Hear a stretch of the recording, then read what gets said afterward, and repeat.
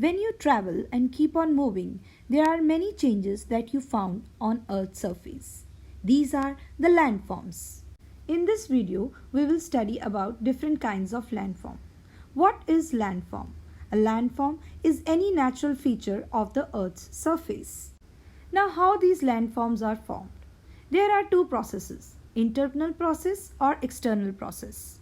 Some landforms are formed by the forces that act on the surface of the earth, such as water, wind, and ice. They are external processes. Some are formed by the processes occurring deep inside the earth. Example, plate tectonics. There are various types of landforms like mountains, plains, plateaus, deserts, and lowlands of the mountains, etc. The first landform that we are going to study about is mountains. What are mountains? They are rocky masses of land that rise higher than the surroundings. The main difference between mountains and hill is that mountains have very steep slopes and high peaks, whereas hills are smaller and lower. Mountains usually occur in the long rows called mountain ranges. Example are the northern mountains or the Himalayan mountains of India. There are three types of mountains: fold mountains, volcanic mountains, and block mountains. Fold mountains. These are formed when two large land masses push against each other. For example, Alps, Himalayas, and Rockies. Volcanic mountains. These are formed by the molten rock from deep inside the earth rises to the surface, forming a volcano. Example, Mount Fuji and Mount Vesuvius. Last is block mountains. They are formed by splitting and sliding of large blocks of land. For example, Black Forest and Sierra Nevada.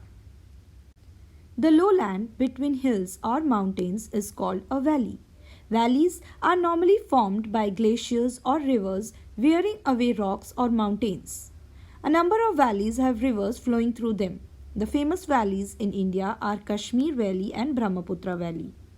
Mountains have low, narrow natural gaps called passes. People cross these mountains through these passes. The Khyber Pass in Himalayas connects Afghanistan and Pakistan. Next important landform is plateau. Plateau is a large area of land that is higher than the surroundings and more or less flat at the top. The Deccan Plateau in South India covers almost the entire Indian peninsula. The Tibetan Plateau in the Himalayas is the highest plateau in the world, and it is also known as the roof of the world. Plains. Plains are flat lands with gentle slopes. Rivers flowing from the mountains bring fertile soil to the plains, so crops grow very well here. Plains are therefore the most thickly populated areas in the world. Example, northern plains of India and the prairies of USA.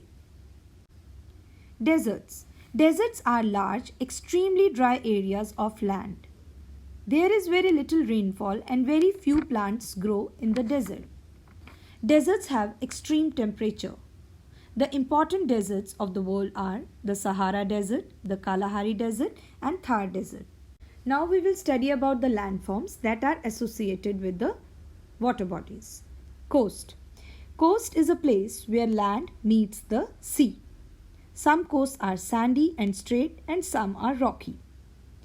Next is peninsula. The land mass which is surrounded by water on three sides is called as peninsula. The southern part of India is peninsula. The Arabian Peninsula is largest in the world. Islands. Island is a landmass surrounded on all sides by water. Sri Lanka is an island. Andaman and Nicobar Island in Bay of Bengal are the group of islands which are the integral part of the India. Australia is the world's largest island. Next is cape. Tip of the peninsula is called a cape. Southernmost tip of Indian peninsula is called Cape Comorin. Bay. A bay is a water body running into land and surrounded on three sides by land.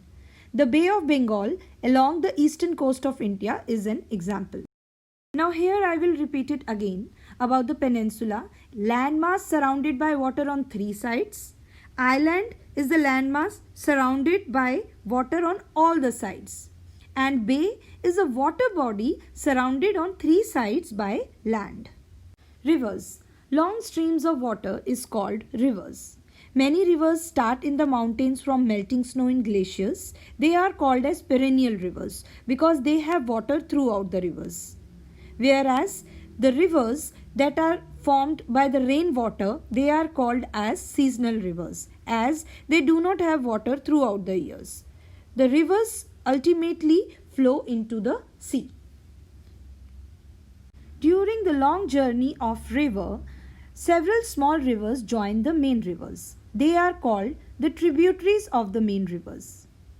Before entering the sea, the rivers becomes very slow and it carries a lot of sediments, and these keep on getting deposited on the way and then causes the river to break up into different channels. These are called as distributaries. Then they spread out like a triangle before falling into the sea. Such region is called as delta. The delta made by Brahmaputra and Ganga is the largest in the world. Please don't forget to like and subscribe my video. Thank you.